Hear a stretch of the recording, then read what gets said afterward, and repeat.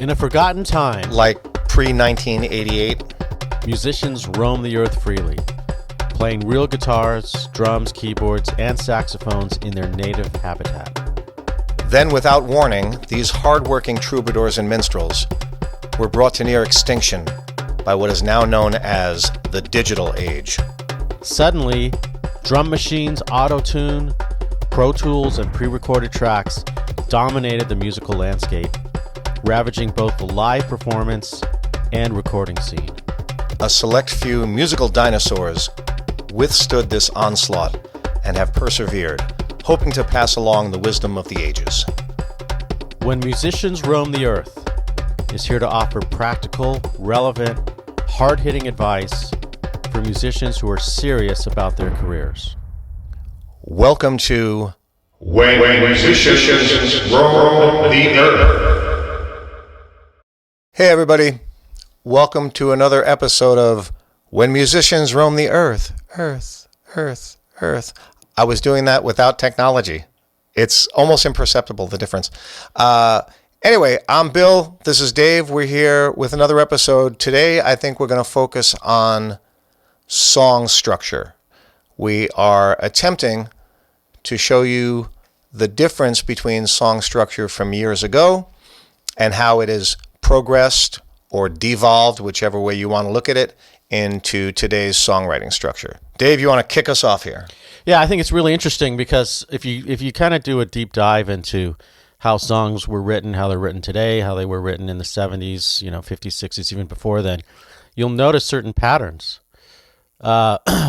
If you start back in as early as the 40s, when popular song music really started to take off, or even going back to the 30s some, composers back then, you would find that they would write a somewhat lengthy introduction to the song that they would never return to. It was basically just like the setting up of the story, and then once that was done, whether it was 15 seconds or 30 seconds of intro, they would kick into the main part of the song. An example of that might be, the song White Christmas by Irving Berlin, I think was the one who wrote that. And there's a lengthy intro to that song that most people are unfamiliar with. And that was very common back then. The Beatles actually mimicked that, I think, as an homage to it, with McCartney doing Honey Pie, which was kind of his tribute to that style of writing, where he does an intro that he never then returns to. Or even the ballad If I Fell has an intro to it that they never return to. It basically sets up the story. And then that started to change, if you notice, in the 50s and 60s, which is interesting because we think, and we would be delighted to take any information from educated viewers who might know a little bit more about this topic than I do, but we think it's related to the development and popularity of AM radio.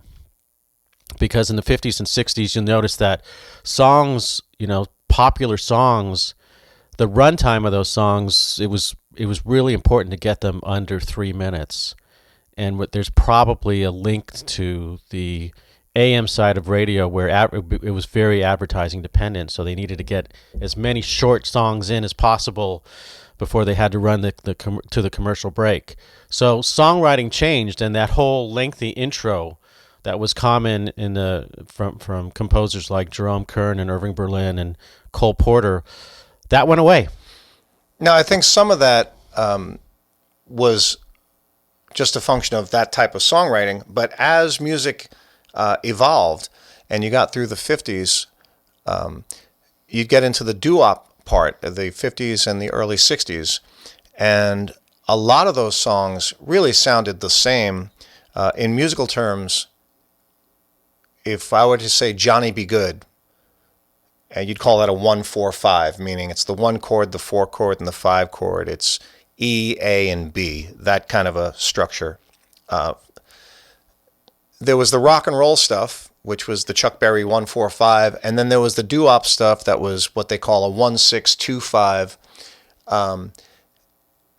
It all kind of sounded alike. It was a lot of the everything from Blue Moon, Daddy's Home, You Send Me. Some of them, they weren't all necessarily 1-6-2-5, but they were very similar. And the idea was, it was okay that they all sounded alike in the 50s and early 60s. Now, the Beatles came along and pretty much changed everything, paying kind of due respect, as the Beatles did, to some of the earlier stuff with some long intros here and there. For the most part, the Beatles changed everything because they showed us that we could have an incredible pop song with meaningful lyrics, with dense and peculiar harmonies, and a tremendous, not only a guitar hook, but Ringo's drum fills were hooks, and McCartney's bass lines were hooks, like every element of it. And they packed all that in to a 2-minute and 17-second song sometimes, which is incredible. I mean, that to me is like one of those, like those protein shakes, It's like you just pack 8,000 different, elements into this thing, and it comes out into a 12-ounce can. I don't know how they did it. They changed song structure because they still managed to get a chorus, a verse, a bridge, an intro and an outro, and a guitar solo, and it all made sense in less than 3 minutes. Somehow or another, we got into the 70s where... Well, before you jump to the 70s, let me just add some flavor to what Bill was saying on the Beatles stuff, because if you look at their early stuff, they're following, to a large extent, they're following that same pattern from the 50s, where it's a lot of 3-chord songs, boy meets girl type thing. But within just a few years, like it might have been by 1966, you look at a composition like I Am the Walrus, that has something like 6, 7, 8 chords just in the intro. So they made a huge leap when it came to composing pop music in just in a handful of years. But what also is interesting about that time period, whether it's the 50s or 60s, is that, again, I think it might have been a function of the runtime that was ideal for radio, is they hit you over the head right up front with the hook, with the chorus. So an example of that is She Loves You. Right out of the gate, they're singing the chorus to that song. Or even on a song like Strawberry Fields, right out of the gate, they're singing the chorus to that song. Look at the 50s, and that was also very common back then, too, with a lot of the Everly Brothers hits or songs like Lollipop. Right up front, they're singing the chorus to that song. And then we started to notice that started to change maybe in the late 60s and in the 70s, and that's where Bill was leading us to. Yes, thank you, and thank you for the backdrop there, because, right, you're right, the Everly Brothers, right out of the gate, Wake Up Little Susie, Dream, all I have to do is dream. Bye Bye Love. Yeah, it all came that way. Now, when we come to the 70s, it wasn't such a clear line of demarcation. It was probably late 60s, and again, the Beatles were probably at the forefront of that with the Sgt. Pepper thing, and of course the Beach Boys had some incredible songwriting techniques, because it was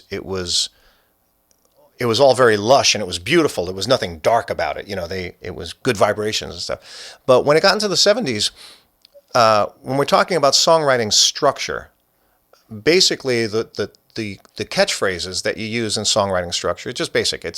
There's an introduction, there's a verse, there's a chorus, there's a bridge, usually a guitar solo, and what you sometimes call an outro. And just generally speaking, a verse is the A part, that kind of thing. A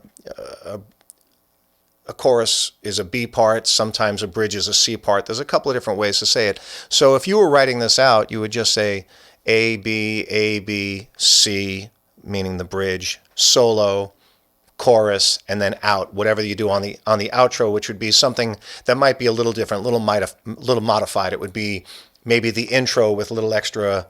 A lot of times it's just going back to the intro, and you'll notice that's very common in song structure. Right, and they just put a what we call a tag. They just end it. And so what happened was you went from that, and then suddenly there were these incredible guitar pieces. The Zeppelin and Lynyrd Skynyrd and The Who. I'm not talking about some blues jam. I mean, it was a constructed piece of music. This was not let it rip. No, it's not filler. No, not at all. You know, and one of the greatest examples is the Allman Brothers would have these pieces that were incredible, and they're trading licks and they're playing these elongated solos of two and sometimes even a third part harmony musically. So if you're trying to write that out on a lead sheet, this is no longer A, B, A, B. You know, Right. They did all kinds of stuff. They had tempo changes. They had bars of 6 and bars of 7.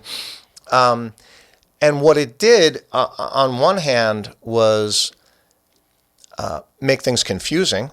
Obviously, it was, you didn't go to a blues jam and decide to play Jessica by the Allman Brothers. And I suggest if you don't know the song, go look it up. It's a brilliant piece of music. You didn't just throw a couple of guys around the campfire and play Won't Be Fooled Again by The Who. This was stuff that, you had to learn this. You really had to know what was going on. This is just brilliant stuff. And so suddenly it was, if you were writing out, it was like, here's the A and the B part, and now the second A part is a little bit of a twist on it because there's a different lyrical piece that's moving the song along, and then it's not just a double chorus, it's a chorus with a drum break and then a modulation, and it got to be incredibly intense, and it got to be very intricate. And what would happen as a musician is, to me, because this is what I really grew up on, I mean, this is when I was sitting in my room with my $99 guitar plugged into my $49 amplifier, really, no kidding,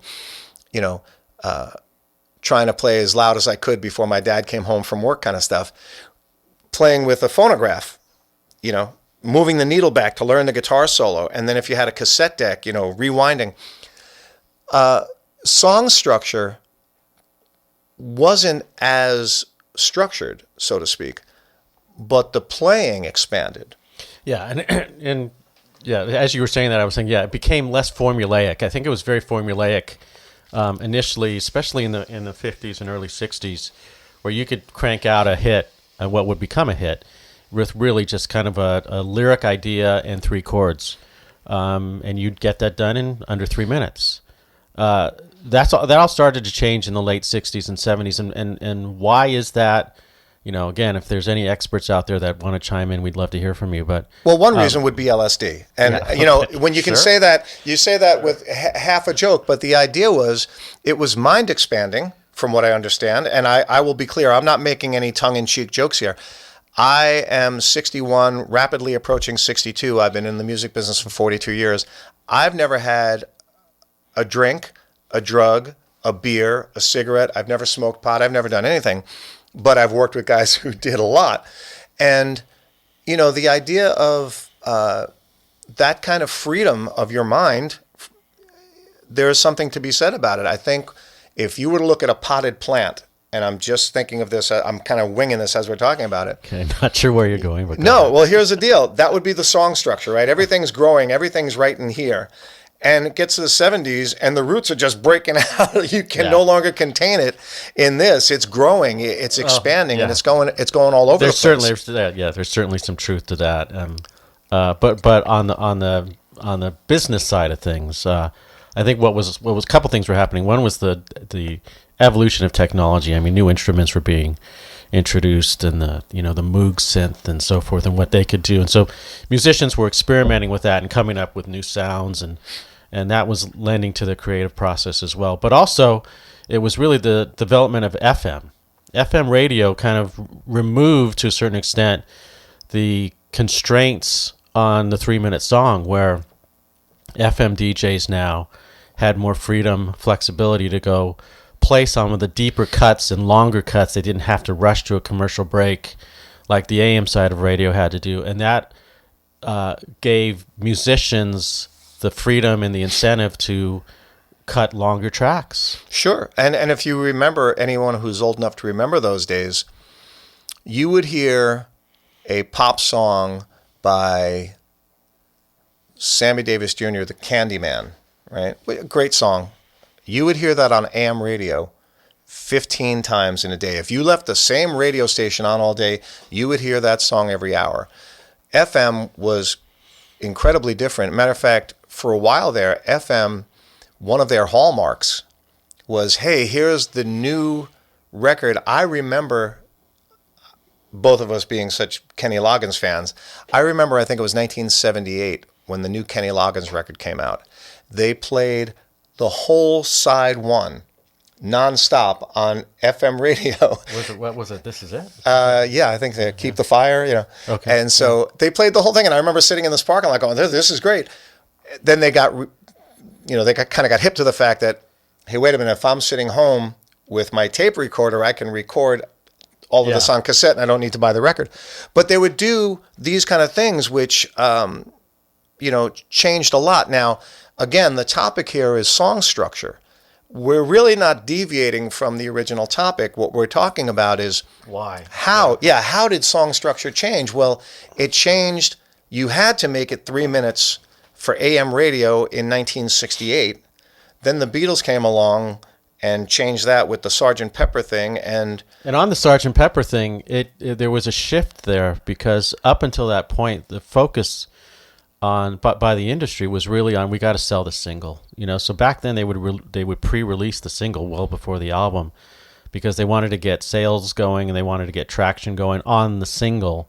But once Sgt. Pepper came out and Pet Sounds came out and so forth, the focus began to shift from getting that 3-minute single out and seeing how many sales were being generated to sales of the album. Because I think what was happening in the 50s and 60s is there was so much preoccupation on, we want to go buy the single, let's get the single. And it was only those real kind of diehard fans that would also reach out and spend the extra money to get the whole album. That started to change in the late 60s, particularly with those two albums. And the emphasis became, let's market the album, let's sell the whole album. Yeah, and they would also, bands would now suddenly turn into concept albums, which that phrase didn't even exist before that. You had a Christmas album. I guess that was the closest thing. You would never say Bing Crosby had a concept album, but you got into the Pink Floyd and Tommy by The Who, which to me will be the ultimate concept album of all time. Now, to move along the song structure part of this, I think this always gets me to the spot where I'm about to say some controversial things. And if you listen closely, Dave, you can hear the millennials coming up the driveway holding torches. Yes, they're looking. Their riot gear. Oh, yes, my goodness. Song structure these days with new music has become incredibly simplified. Now, I'm going to state so clearly, as I try to do if I'm making a point of some passion and some weight to it. I'm not saying today's music has any less value. I'm not saying it's not entertaining. I'm not saying anything like that. I will refer, though, to some of the Facebook memes that go around. That one of the famous ones is, on the left-hand side of the page is Bohemian Rhapsody. One writer, one producer. Now, there's a fill in the blank on the left side of the page where some current, I won't name any songs, but it has 12 words to the whole song. It's 2 chords, and it's got 6 writers and 7 producers. And I'm not exaggerating. It has 6 writers, right? So here we are in today's world of songwriting. The song structure is pretty simplified. I rarely hear a song on the radio that has more than 5 chords total. Most of the time it's 3 chords, 3 chords, 3 chords, and then there's a little twist of something. There's not necessarily a big build writing-wise. It might be orchestration that builds it. It might be the emotion of the lyrics that carries a song, but the song structure is very simple. The difference between the verse and the chorus is sometimes minimal. Now, again, I'm not pointing out millennials to be negative. I'm just saying it's kind of hard for a musical dinosaur like me to embrace this music the way I would embrace Steely Dan and those kind of things. So I will wrap it up by saying this. When it comes to song structure, write what you feel you need to write. Get your message across whatever way you want. And I completely understand someone following today's trends. However, please be aware of the fact that music lasts forever.